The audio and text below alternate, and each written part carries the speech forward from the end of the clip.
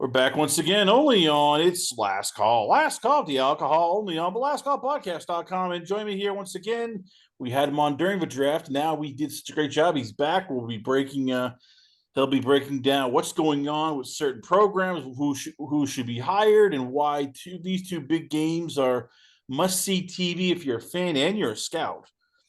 I give you once again from the draft professor's chats and also a draft analyst himself. I give you it's Anthony Russo. So, Anthony, let's start off here with the big question. What in the blue hell is going on in Penn State? You lose to Oregon in overtime. Okay, that's fine. I'm not gonna like it, but I'll forgive you. And then they are favored by almost 40 points and lose to a UCLA team that had fired his coach, fired the offensive coordinator. Again, as a little old lady once told me, what in the blue hell is going on? That's the $1 million question, isn't it? Or a multi-million dollar question, probably for Penn State. Um, yeah, I mean, you said it.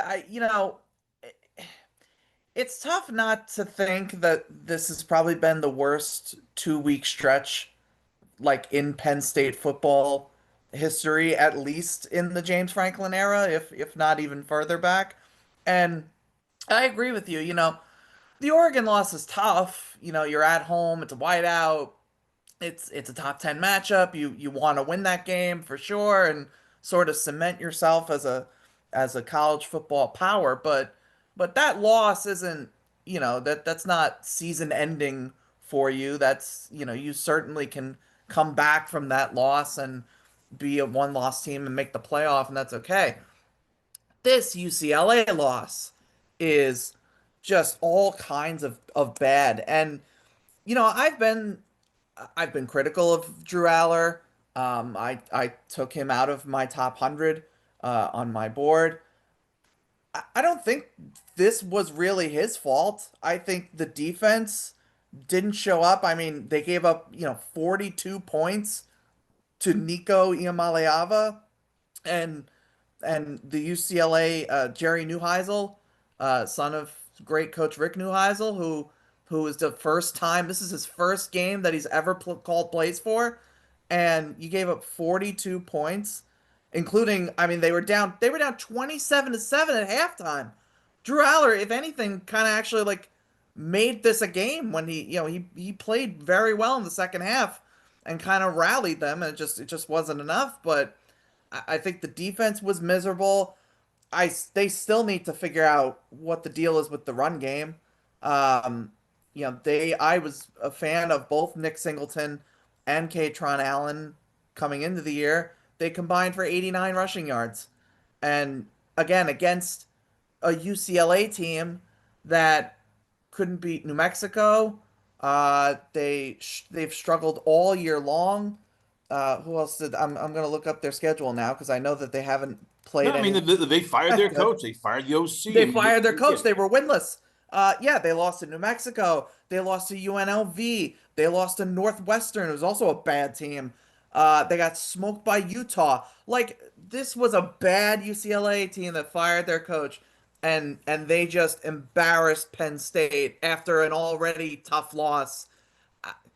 I mean, listen, I'm not gonna say fire James Franklin. I know I'm the guy that likes to jump to firing everybody, but man, you gotta if they don't at least win out, they gotta win out. They have to win out to make the playoff. And even then, I don't know if they'll make it, but they have to win out. And if they don't, if they go like 8-4 or something like that, I think there needs to be some hard conversations at the end of the year. Can they fire him though? I mean, we talk about it all the time. It's easy in college. It's a lot easier because it's like, oh yeah, well, to say you can fire the coach because yeah, you can fire the coach. But when you have a $50 million buyout,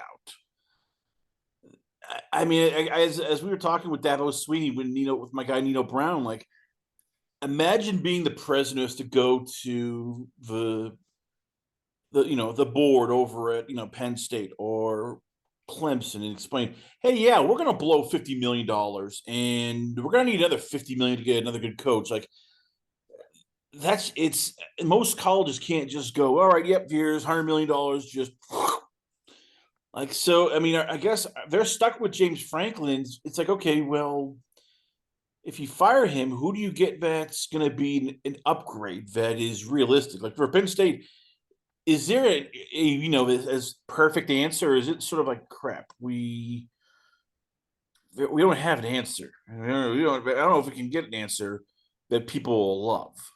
I mean, I don't. Yeah, I mean, I don't think there is a perfect. And I think Dabo Sweeney's the same conversation. I don't think it is a perfect answer either way. I just and I listen. I fully understand that money's money, and there's no way around it. You have to be able to find $50 million. It's not an easy thing, but I just feel like teams in general are just so willing to like ride out what is objective underperforming and objective even mediocrity to hope that a coach can like bounce back and revive, bring back the greatness that they once had. I look at like Mike Gundy at Oklahoma State. Mike Gundy probably should have been fired, if not last year, probably a couple years ago. But they hoped that he could get back to the days when he was, winning the Big 12 or competing for the Big 12 and winning the Fiesta Bowl and all these great things.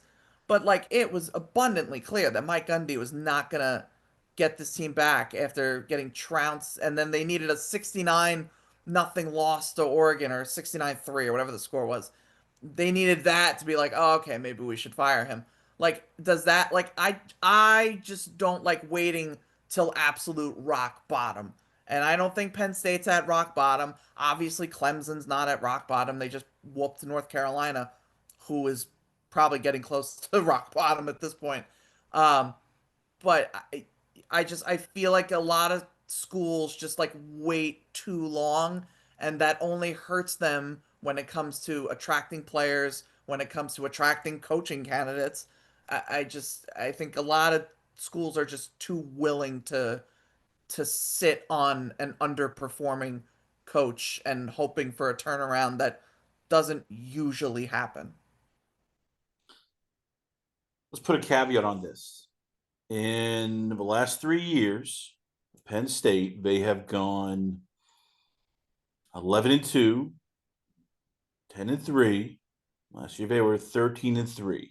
They made it to the Rose Bowl, the Peach Bowl, the college football playoff first round, the Fiesta, and then lost in the Orange Bowl. So I get it. I get the fans that we talk about this, but imagine being like, if you're trying to sell this to another coach, again, it's like the Ryan Day effect, where yeah, it's national championship or bust, and if you don't win the national championship, we're going to try to run you out of town. Like,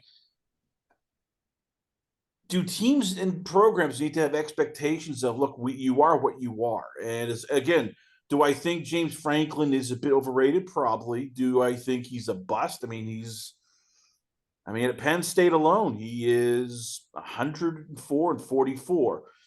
Find me a coach who can do that at any other place, and teams will just start, dancing, on tables and going, woohoo, hey, you got us the big major bowls. We are happy. You're in the top 10 most of, 6 out of your 10 years. We're happy. I mean, who do you get, especially now where a lot of coaches are going, yeah, I don't know if I want to do this because NIL, transfer portal, kids leaving now because they just feel like it. It's a bitch being a college coach. Yeah, no, for sure. And I mean, think about where James Franklin came from. He was a barely above 500 coach at Vanderbilt. And that's how he got the Penn State job in the first place in whatever 2014, whatever year it was. Um and now, and you're absolutely right. He has raised the standard of Penn State to very high heights. And again, I am not advocating to fire James Franklin right now. Like I'm not saying that, he is a failure and everything's horrible. But what I am saying is you if you're a Penn State fan, you cannot be happy being 3-2 at this point in time. And you have to now wonder, again, I don't expect Penn State to win out. I don't think Penn State I think Penn State, at least if they don't lose to Indiana, I think, you know, Iowa's always like a sneaky possible upset team. Um, Obviously they play Ohio State. I don't think they win that game. Um, so like there's a very low probability that Penn State wins out. So you're looking at again like 8-4, maybe like 9-3, whatever. And then the question becomes is an 8-4 or 9-3 season with a roster of a bunch of guys that turned down the NFL to come back and do what Ohio State did last year, which was to come back and win a national title, and they did it.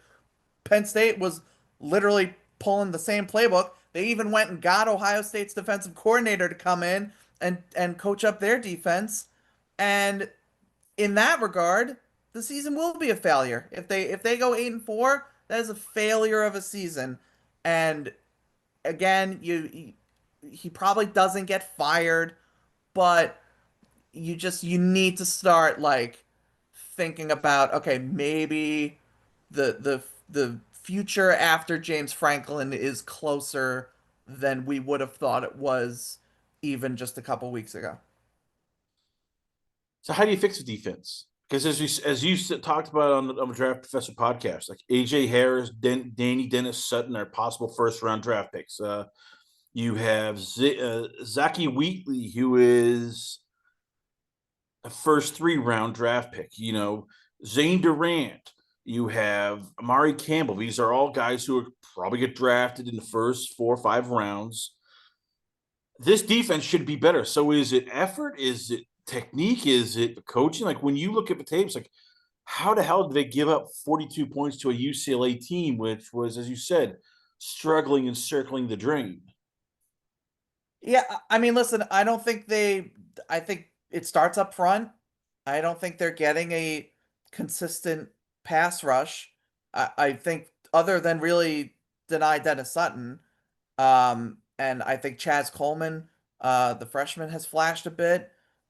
He's looked good, but other than that, they are not getting a consistent pass rush. I think Zane Durant, and I wasn't the biggest Zane Durant guy coming into the year in terms of, I should say, in terms of NFL, prospects, but Zane Durant should be having a much greater impact as an interior pass rusher than he has up to this point. I think he has like maybe a sack or two.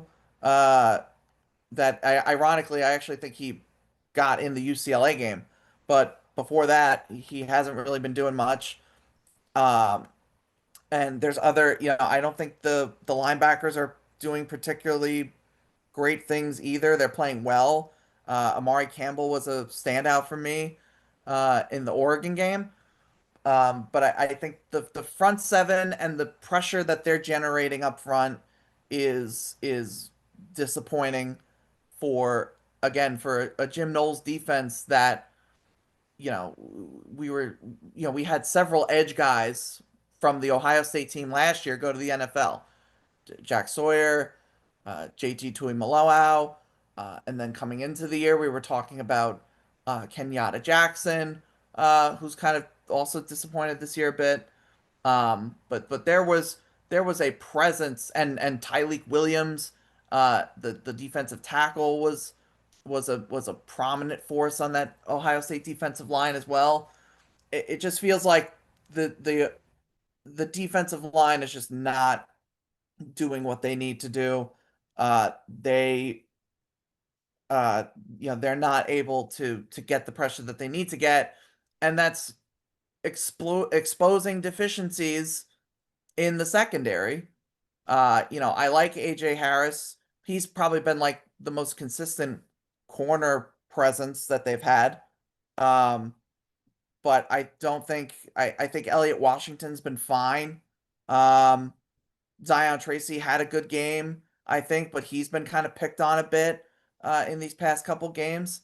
Um, so it just I think it at the end of the day, I think it starts up front. I think they need to be able to generate pressure. I think they sorely miss Abdul Carter. I think Abdul Carter probably kind of hid, not even hid. He was the pass rush threat last season, and now he's gone. And denied Dennis Sutton is not Abdul Carter. So that I think is kind of the moral of the story is they don't have an Abdul Carter, and this defense kind of needs an Abdul Carter. Let's go to the next coach who's been fired. Sam Pittman was released last week as the head coach of the Arkansas Razorbacks. This was, and it was in the works. He was on the hot seat going in. This is the guy who coached at Arkansas as the assistant head coach, offensive line coach from 2013 to 2015. Took over in 2020, and yeah, it's just he wanted, he had very years he was pretty good back in 2021 when they went 9-4, but they were either great for a year, average for a year, horrible for a year. It finally caught up. Let's start off here with this. Did he deserve to get fired, or was this one of those things where Arkansas thinks it's going to be better than what it will be?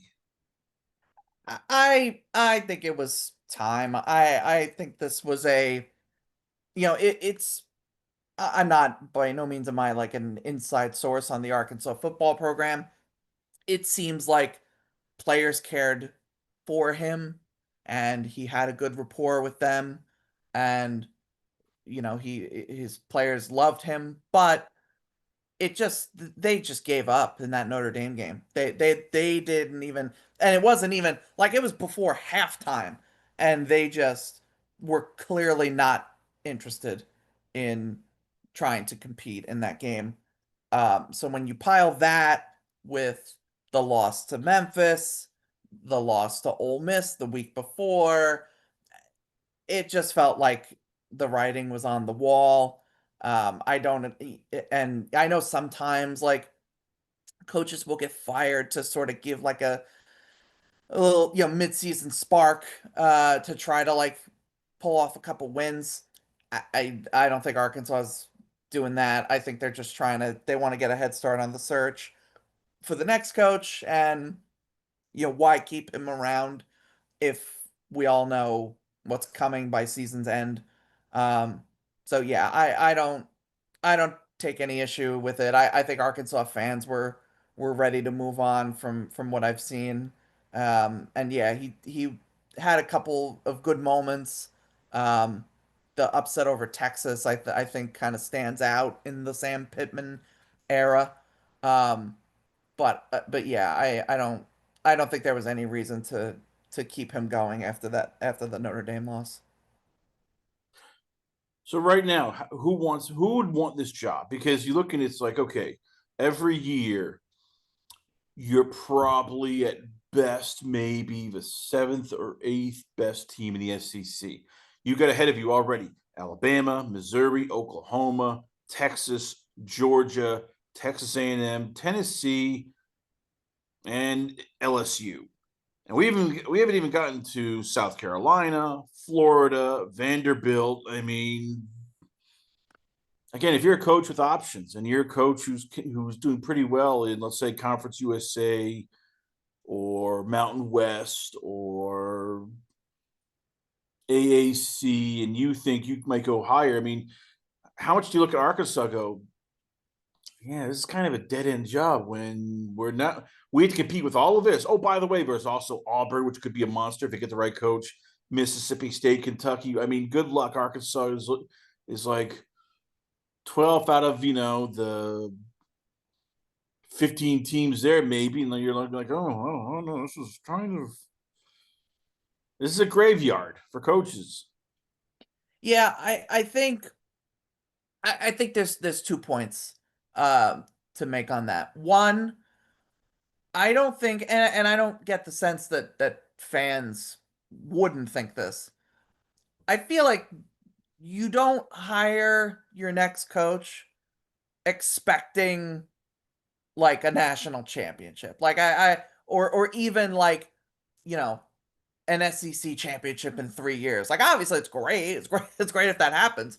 But I think the goal of this hire, whoever it is, should be to get Arkansas to be a annual bowl eligible at least team that you hope is winning like 8 or 9 games and is putting out good good football, is competitive in most if not all of the SEC games they play, and is consistently getting guys to the next level.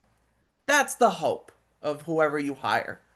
Um, so to that point, it does raise the question of, well, what coach is going to what how far down are you going to have to go to find a coach that can't win 8 or 9 games at whatever school they're at, still be able to, recruit and get guys in the portal that could then potentially find their way to the NFL and raise the stock of your program and your resume, and and also like, you know, you're able to potentially sneak into the playoffs as if you're the coach of a group of six team, you can get in that way, or if you're at another Power Four school, I mean obviously like the big fish here is Rhett Lashley, right? Like former Arkansas quarterback. He's from Arkansas. He coached at Arkansas. He's got all these ties there. He's the prodigal son that could return to the program. He's done such a great job at SMU. He would obviously be the perfect candidate if you're Arkansas. Does Red Lashley really want to leave a ACC team that he just took to the playoff last year and now has built this whole program the way that he wants it built? Not to mention he's playing his home games in Dallas, Texas, which is like the football capital of America. Like, why would he really want to leave to go home? Maybe. I don't know what he wants, and I, as I said before, money's money, but I could very justifiably say no, Rhett Lashley should stay and want to continue building SMU, and Arkansas is not a better job to have. So, that it's unfortunately for what you would probably think an SEC team should have in terms of interested coaching candidates and the pool that they could choose from, it's probably not that big anymore. That's a sort of another effect of I think the portal and the NIL era and all that. So I think I think there's great candidates out there, and we could get into that, but that I think would be interested, but it's not as bountiful as I think some Arkansas fans would probably hope for. Like here, just on online from like as you said, the people are saying, oh, Gus Malzahn or Glenn Schumann, who were both coordinators. Oh, by the way, there's now people saying, hey, John Gruden would be perfect candidate. Like, and I get it. Every college fan thinks of pie in the sky, even Rhett Lashley, but it's like, okay, well, now Florida's going to open up. And as you said, you already have UCLA opening up and Oklahoma State and Virginia Tech, which is going to boost it's basically its profile. So I mean, again, and you and I, you especially, you are a passionate college football fan. You scout everything, it. If you were Rhett Lashley, if you're John Gruden, or even Ryan Silverfield or John Summerall, who are from Memphis and Tulane, both done a great job. Is Arkansas gonna be on your dream list? Or are you gonna look at, well, wait a minute here, Florida's open up. Oh my God, look at all that talent. Or Auburn might open up. Oh my God, look at all that talent. I mean, if you're Arkansas fans, like how much do you have to sort of go like, yeah, we're the fourth or fifth right now on the depth chart because it's not a great location, not real much history, and other programs are a little more sexier and they have probably more money.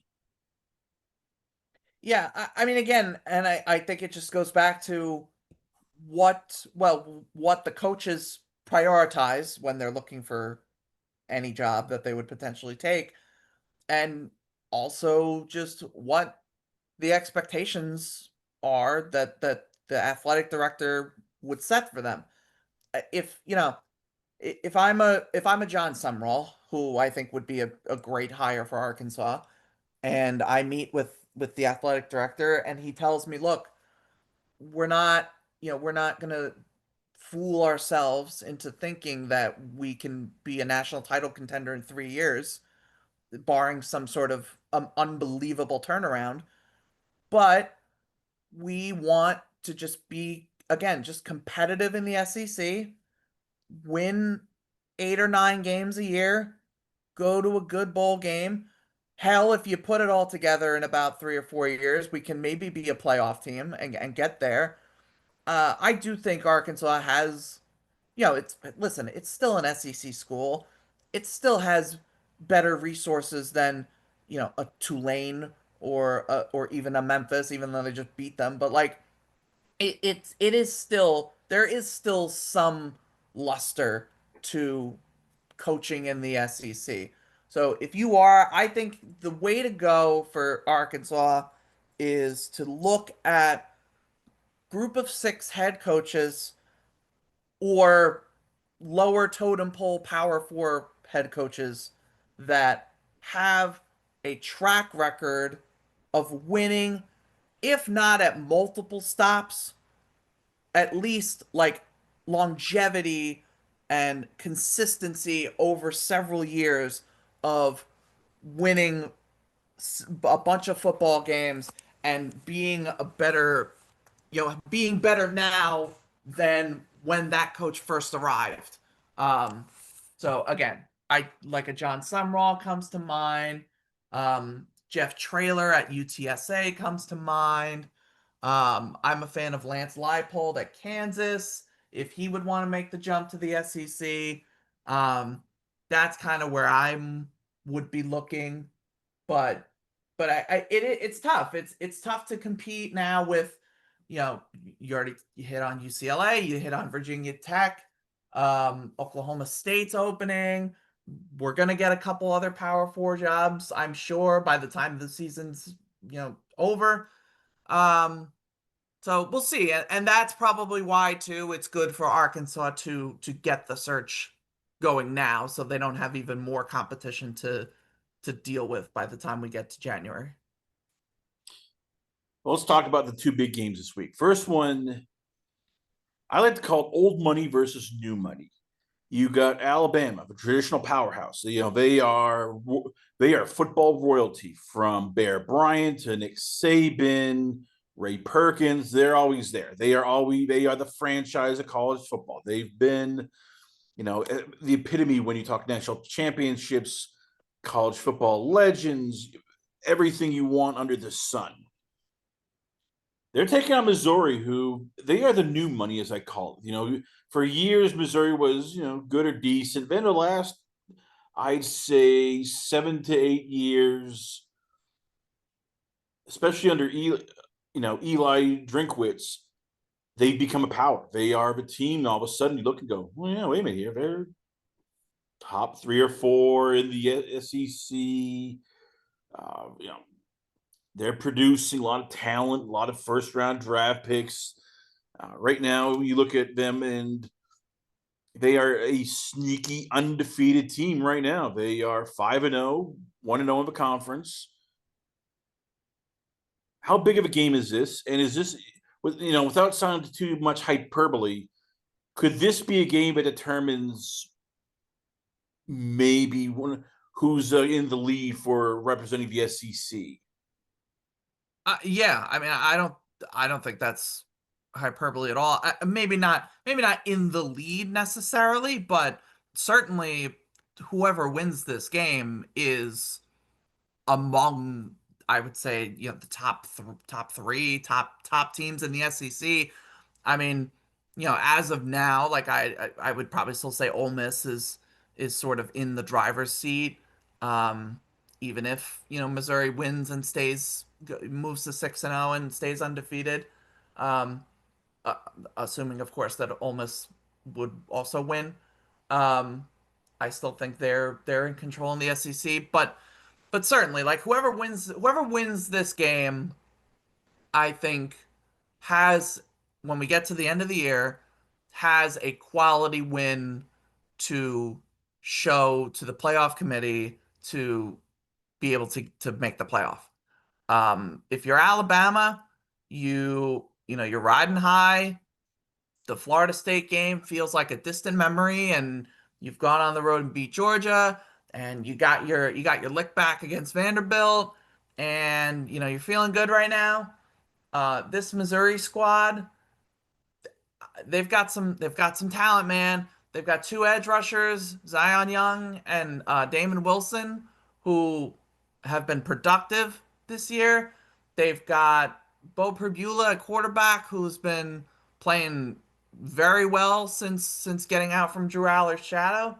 Ahmad Hardy is probably the best running back in football, and unfortunately, we're just gonna have to wait a year to get him in the NFL. Um, but he has just been lights out.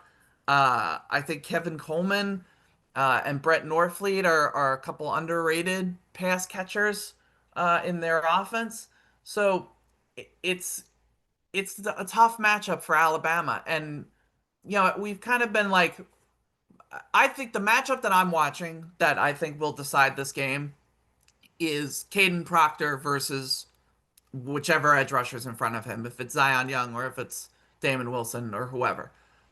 We've kind of been like talking about the renaissance of Caden Proctor since his horrible week 1, and I don't think the issues that we saw in week 1 have just magically disappeared. I think he played very well against Georgia, but I don't think he's been challenged in the way that he was in week 1. I think Zion Young and Damon Wilson can pose a bigger challenge to him.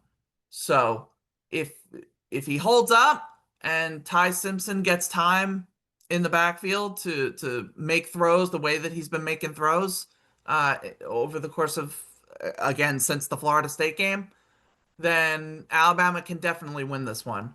But if Caden Proctor gets slogged around like he did against Florida State, I don't think they have much of a chance to beat Missouri. Who's been more impressive considering the circumstances?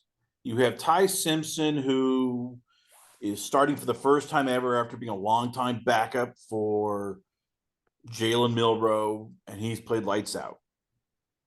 And then you have from Missouri, it's Bo Perbula, who transferred from Penn State, rode the pine there because of Drew Aller, and now he is leading Missouri to 4-0, 8 touchdowns, 2 interceptions, 72 completion percentage. Like, when you look at both guys, and both of them were basically unknowns, people are like, oh, I don't know, do you really trust either of these guys?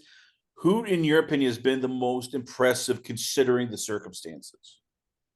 I mean, I think it has to be Ty Simpson, and I think really the crux of that answer is just who they've played up to this point. Um, you know, uh, Again, I've already mentioned it several times, but like, Florida State was rough. It was a rough game for Ty, for Caden Proctor, for Ryan Williams, for basically everybody on the Alabama football team. It was a bad game all around.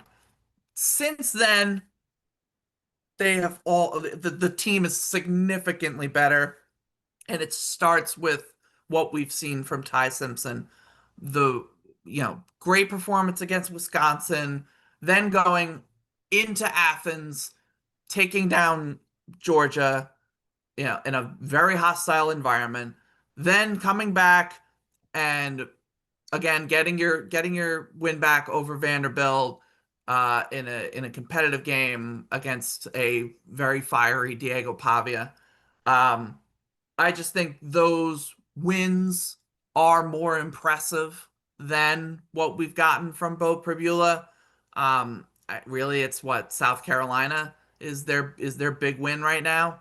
Um, and Kansas, I guess, are the like the two defining wins of the Bo Pribula era. Um, but it's certainly not to the level of Georgia, Vanderbilt, and Wisconsin. So, but I think, but to that point, I do think Bo Pribula's played very well. Um, he just, Alabama is going to be probably his first or second real defensive test. And honestly, Pribula didn't look too amazing against South Carolina. So we'll see what happens, but I would probably have a little more faith in Ty Simpson at this point than I would Bo Pribula. How I'm guessing here. I get how Alabama gets their talent. They're Alabama. They can walk into any place and just recruit. When you look at Missouri, it feels like I'm going to pick on them, but I'm not. I mean, you look at who they have, and it's like, as you said, Ahmad Hardy's probably a first round draft pick in 2027, only because he's still only a sophomore. Kevin Coleman Jr. is an NFL caliber player. Josiah Trotter is going to be a first round draft pick maybe next year because once again, sophomore. Then you get Damon Wilson Jr. You got you get you have all this talent. I'm looking on defense alone. It's just like, how the hell did they do it? Because it's Missouri. You usually don't think of Missouri as a place that gets, these kind of guys, including even Zion Young, um, Jalen Catalon, Toriano Pride, all these guys I mentioned, Connor Tollison, Caden Green. These are all guys who NFL teams are scouting. How the hell did they do that when it's Missouri? I mean, this is not your traditional power. They usually don't have rosters this stacked. Yeah, and I mean, listen, I think it's a credit to Eli Drinkwitz. I think he is quietly one of the best coaches in college football, and just kind of doesn't get the love because we don't really talk about it kind of feels like Missouri is like not quite there, but like they're always like hovering around the top of the SEC. Um, I mean, I just looked it up. Like he's won 10 games last year, 11 games the year before that, and before that they weren't above 500. So he has taken this program and just completely reinvented it and made it his own and made it an attractive place for recruits and transfers and whoever. And obviously they're 5-0 this year. So I think it's a credit to the culture and the program that Drinkwitz has built up. Which is, again, if you're an Arkansas fan, that's kind of what you're hoping that someone could do is come from seemingly out of nowhere and make your program relevant and attractive to players. But because I don't, yeah, like it's Ahmad Hardy is special, and you mentioned Trotter. There are certainly NFL caliber talent on the Missouri roster, but I don't think we're talking about them. I think Drinkwitz helps elevate them and has coached them up with his staff to make them potential top NFL draft picks. I think he has done a great job and is quietly one of the best coaches, at least in the conference, if not in college football. So we know who everybody's going to talk about. For Missouri, it's, as you said, Young and Zion, Zion Young, Damon Wilson, Trotter, Ahmad Hardy are going to be the guys who will If Missouri wins, they'll be the keys. If it's Alabama, we're going to talk, especially about LT Overton, Ty Simpson. We'll talk Caden Proctor. Give me some guys on each team that you like who don't get the love, in terms of like mainstream publicity. Like when people are talking about guys who might get drafted, and we're like, all right, well, Alabama has these, big four guys, which again, Overton, Proctor, Simpson. For Missouri, it's going to be, Caden Green, Young, Wilson, and of course Ahmad Hardy. Who are the guys you're looking at going? Got to keep an eye on this guy. This guy might help turn the tide. This, whether it's for Alabama or for Missouri, give me a couple of guys you're looking going. These are the key guys to watch because they're good and also they'll turn the game around. Yeah, so for Alabama, I think it's their receiving core. If they and we, I don't need to talk about Ryan Williams, but we've seen, I think, Jeremy Bernard and Isaiah Horton really step up this year, and be reliable options for Ty Simpson. So I think if there is a weak point on Missouri, I think it's in the secondary. I don't think it's as strong a unit. And I could be proven wrong Saturday, but I think Alabama has a clear advantage with their receivers versus Missouri's corners and defensive backs. And so again, if Ty Simpson gets the time from his offensive line to make throws, I think his guys will be able to get open. And both Bernard and Horton have, I think, raised their draft stock since the season started, and could certainly continue to do so in this game. And for Missouri, I think Brett Norfleet has a chance to be a really special, or have a big day, I'll say. I think he has a chance to exploit. I don't think the coverage skills of the Alabama linebackers are, we'll say, their strong point. They can certainly get after you. I like Deontay Lawson. I like Justin Jefferson. Um, but I think Brett Norfleet can have an advantage there, and that's where I would be attacking. He's a mismatch nightmare. He's sort of outplayed my expectations for him coming into the year. And again, they haven't really had the stiffest competition, but I think there's an opportunity for Brett Norfleet to really shine in the Missouri offense if they use him and get him those mismatches, get him out in space, let him be a contested catch guy, but also use his athleticism. So yeah, Brett Norfleet, I think, is somebody that if I'm Bo Pribula, I'm looking to get the ball to him and lean on him early in this game.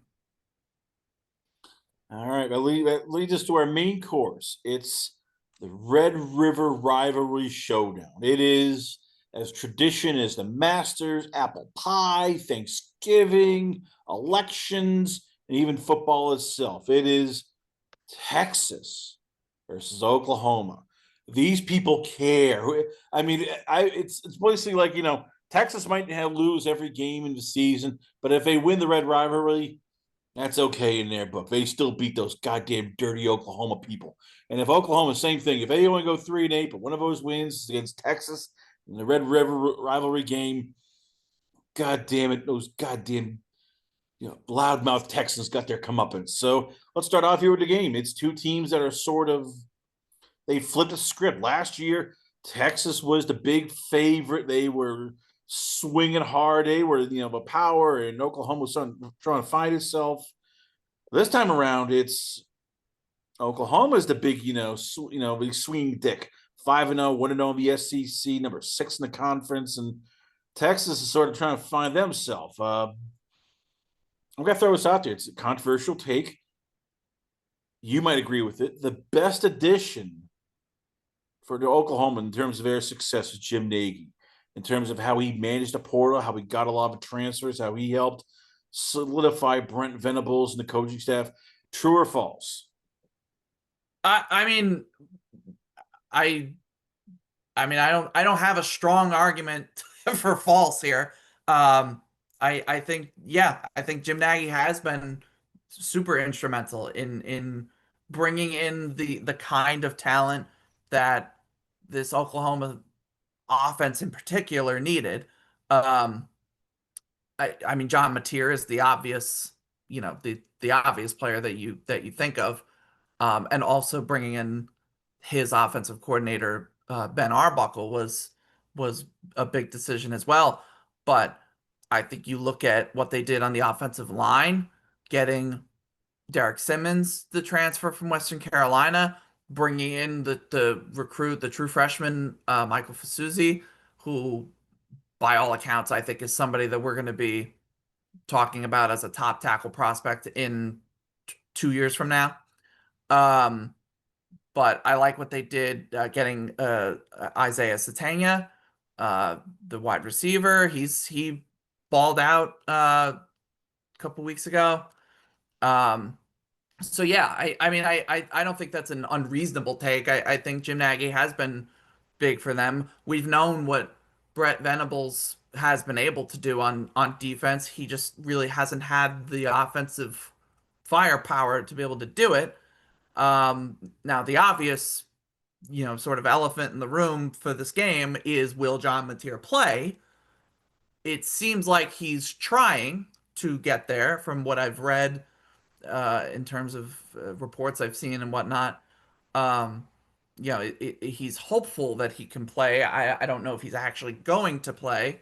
That will obviously have a big impact on the game. But honestly, even if he doesn't play, I still might take Oklahoma just because I am so deeply concerned with what I've seen from the Texas, really the Texas offense in particular. There's a lot of issues there. Let's start with Texas. They came in this season, and I hate to do this, but Anthony, do you know that Arch Manning is going to be the number one draft pick of the 2026 draft? Do you know that Arch Manning is going to be a future NFL quarterback? Anthony, do you know that Arch Manning basically is code name for sweet baby Jesus, and he can do everything? That was basically the storylines going into college, and the Manning family didn't add to that. They were like, no, it's just temper expectations. Everybody else went ballistic. It's not been sweet baby Jesus Arch Manning. It's been like, oh god, Arch Manning. So what the hell happened? What is it? What's happened to Arch that all of a sudden people are like, oh, Houston, we have a problem. Is it physical? Is it mental? Is it the team around him isn't that good? Like, what the hell is going on? So I initially in the first couple weeks of the season, I felt, and it was just my personal opinion. It wasn't I have, again, I have no insider information. I'm not a doctor. I thought that he appeared to be have some sort of physical ailment, whether that was in his shoulder or in his elbow or just somewhere else in his arm, whatever. I just watching him physically throw the football looked so different and so uncomfortable compared to how he threw it the year prior. And I know it was limited snaps, and and we can talk about the hyperbolic way that Arch Manning was put on a pedestal coming into the season. But there's a fundamental difference in the way that he's throwing the football that I don't think is reflective of scouts and draft analysts being wrong. I think there was the change that happened from year to year that has negatively impacted Arch. Now, as the season's gone on, it looks like he just doesn't know how to play quarterback. He is not reading coverages correctly. He's not identifying open receivers. He's overthrowing receivers with bad mechanics and footwork in the pocket. Um, that fourth quarter against Florida looked dismal. He just couldn't do anything right. And then the one play where he gets his helmet knocked off, so he has to come out, and they put in the backup, whose name escapes me at the moment, but they put him in for one throw, and the backup throws a beautiful, out route to the receiver, who then turns and gets a big first down for them. And it's like, well, what, this guy just got up off the bench and threw a first down throw. Wow. And Arch, meanwhile, is struggling to even do that. So I think there is a huge problem with Arch's development from a mental standpoint, from a confidence standpoint. I'm very worried about what I've seen from him. I believe he should be benched, and I know that's not popular, and I know there are implications outside of just what is on the football field in a decision like that. But if Texas's goal is to win, their goal is to compete in the SEC, make the playoff, and fight for a national championship. There is zero chance, in my opinion, that you can do that with Arch Manning at this point. And I don't know much about their backup. I know he's a redshirt senior, so he's at least got some kind of experience and know-how, I'd imagine. But whatever chance he gives you is a bigger number than zero. So I I just don't think Arch is ready.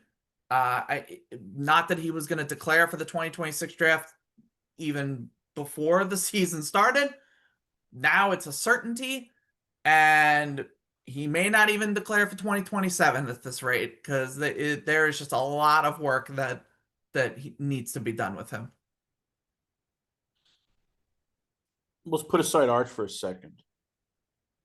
How much of it is also, if you're Texas, that this catches up? I mean, we're looking in at who they lost last in this past season. Alfred Collins, Andrew Macumba, Cameron Williams, Baron Sorrell, Jade Barron, Kelvin Banks Jr., Matthew Golden, Vernon Broughton.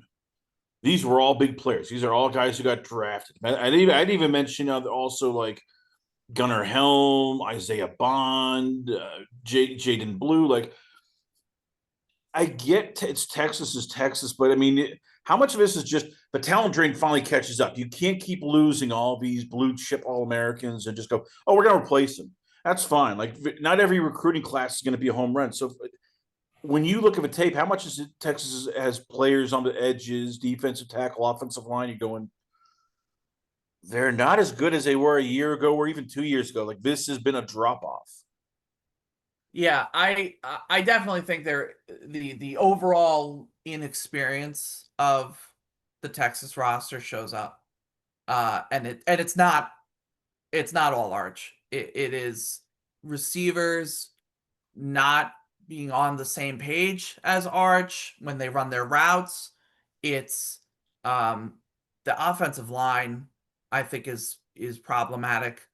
I think really, other than Trevor Gooseby, um, there's not really anyone I'm super confident in up front, in terms of consistently being able to protect Arch.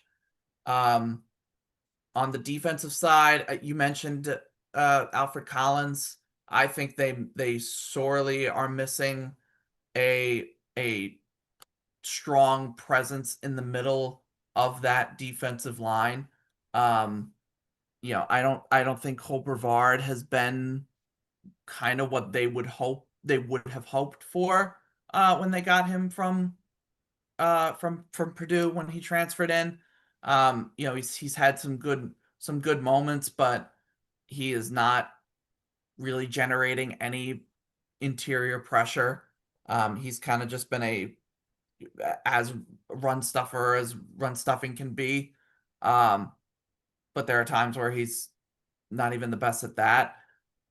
So I think there's a huge hole in the middle of that defensive line.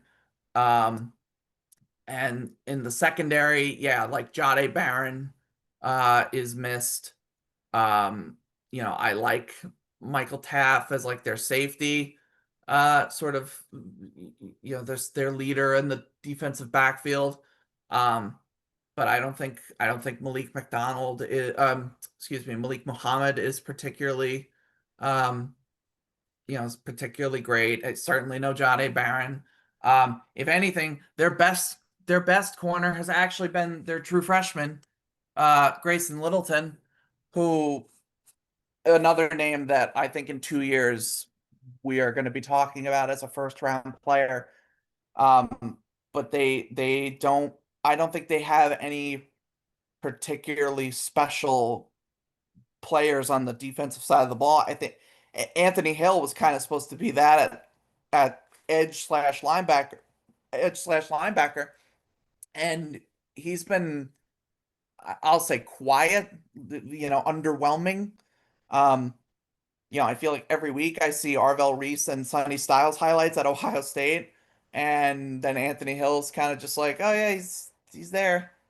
Um, so yeah, I think you're certainly on to something. I think they lost a lot of talent, and whereas Ohio State was able to replenish most of it, it seems like it doesn't feel like Texas was able to do that. And unfortunately for Arch, I think he kind of needed more security blankets around him. And it kind of begs the question, if he had just been the starter last year on a much more talented roster, what would have happened? Who knows? Um, but yeah, it's not the Texas's problems aren't just Arch, but I do think that's where it starts again, particularly on the offensive side of the ball. So they need to like that needs to be Steve Sarkisian's like big thing to figure out. Otherwise, this season's over before we even get to the halfway point.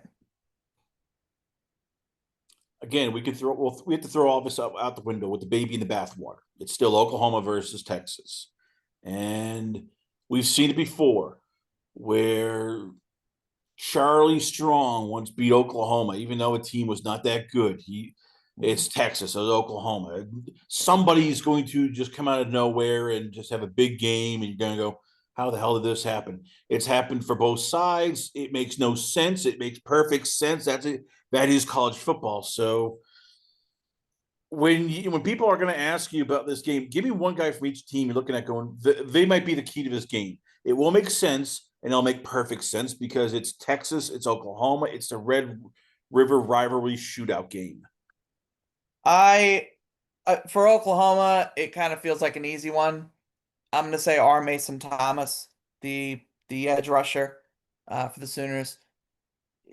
And I mentioned before, Trevor Goosby's kind of been like the one solid offensive lineman. Um, but if R. Mason Thomas gets a couple on him, beats him on a few reps, or if he lines up on the other side of the offensive line, and puts a beat down on their right tackle, R. Mason Thomas could make Arch Manning's life a living hell on Saturday, and and he's already been doing that this season. He's just been so explosive off the line of scrimmage. He's so fast, able to corner well, as a blitzer and as a rusher. So R. Mason Thomas, if he has a big day, I'm gonna just assume that Oklahoma's gonna walk out the winner. Um, on the other side, um, it's yeah, a lot of it hinges on Arch. I think we've seen their receivers, Parker Livingstone, has sort of emerged as kind of a go-to guy for Arch this year. DeAndre Moore was somebody that I was hopeful could kind of follow in the Matthew Golden footsteps. I never really thought he was as talented as Matthew Golden, but somebody that I thought could be a draft riser if the Texas offense was clicking this year. And Ryan Wingo is somebody that has been named among the top wide receivers that we're going to see in a very loaded 2027 wide receiver group. Um, so I want to see Arch obviously has to be able to get them the ball, but what can these Texas receivers do? Can they get open quick enough if a guy like R. Mason Thomas is having a big day? Can they get open to give Arch those outs, and then can they make a big play, after the catch, making somebody miss, being able to break away with their speed, getting a step on their guy off the line of scrimmage, whatever it is, like they Arch clearly needs some help. So it is incumbent, I think, on the receivers to step up to help him out and try to mitigate some of the struggles we've seen so far. Well, there you have it, ladies and gentlemen. Once again, we love having him on the show. I give you from a draft professor's and from his own draft analysis. I give you it's football insider extraordinaire. I give you Anthony Russo. So, Anthony, where can fans check you out at? Where is the Substack, the Twitter, Instagram, the Facebook? Where can fans hit you up at? Yeah, so you can always find me on X at Anthony_Russo97, posting daily NFL draft content and thoughts, and these days a lot of complaints about the Jets. But so yeah, you can find all that there. And then in my X, I have a link to my Substack, where I do more sort of in-depth NFL content and draft content. I'm actually going to do a fixing the Jets post on Thursday, where I'll basically become the GM and sort of give my thoughts on how they should handle the rest of the season and the upcoming off season, because we're already thinking about that as Jets fans. Um, and I always have my Sunday morning quarterback posts where I kind of give my thoughts on Saturday's biggest college football games and the implications in both the college football world and the NFL draft world. And yeah, and you can find me there, and I do the Draft Professor podcast as well every Friday night and Saturday evening. We go live doing that as well. So yeah, if you're into the NFL draft, I probably got something for you that you'll be interested in. Anthony Russo, ladies and gentlemen, once again, always on a pleasure. Have you on the show. We come back, a lot more going on here, only on this last call. Last call to the alcohol, only on the last call podcast.com.